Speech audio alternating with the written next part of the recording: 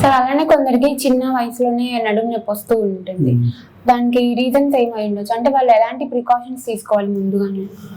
ముఖ్యంగా ఇట్లాంటి చిన్న వయసులో వచ్చే వాళ్ళకి ఏంటంటే అమ్మా, ఇంప్రాపర్ పోస్చర్లో టీవీ చూడడం కానీ, లేకపోతే కంప్యూటర్ చూడడం కానీ, ఆటలు ఆడటంలో కానీ, లేకపోతే జంపింగ్ చేయటం, ఇట్లాంటి అవస్థలలో ఎక్కువ వస్తుంటే కొంచెం అట్లాంటి కార్యక్రమాలు చేయకుండా మనం ప్రివెంట్ చేయడమే బెస్ట్.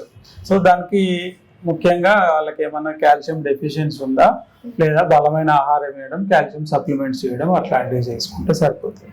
కొంతవరకు నొప్పి నివారణ ఔషధాలు ఆయుర్వేదంలో అయితే షెల్లకి అని, ఇంకా యోగరాజ గుగ్గులు, సింహనాథ గుగ్గులు, ఇట్లాంటి ఔషధాలు ఇచ్చి నయం చేస్తారు.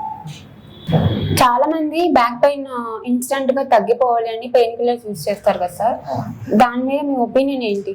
మా పెయిన్ కిల్లర్స్ వాడడంలో తప్పు లేదమ్మా. నొప్పి సివియర్ గా ఉన్నప్పుడు పెయిన్ కిల్లర్స్ వేసుకోవచ్చు.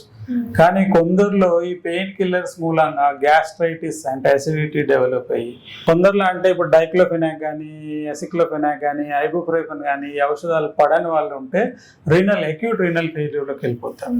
సో అటువంటి వాళ్ళకి యూరినేషన్ ఆగిపోవటం, ఇట్లాంటి severe problems, vomitings, kidney damage అయిపోవడం ఇట్లాంటివి జరుగుతుంది.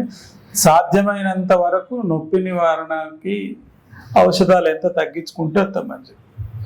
మెయిన్గా ఔషధాలు పడని వాళ్ళకి కిడ్నీ డ్యామేజ్ అయిపోయే అవకాశం ఎక్కువగా ఉంటుంది. కాబట్టి అది వాడకుండా ఉండడమే మంచిది మాకు.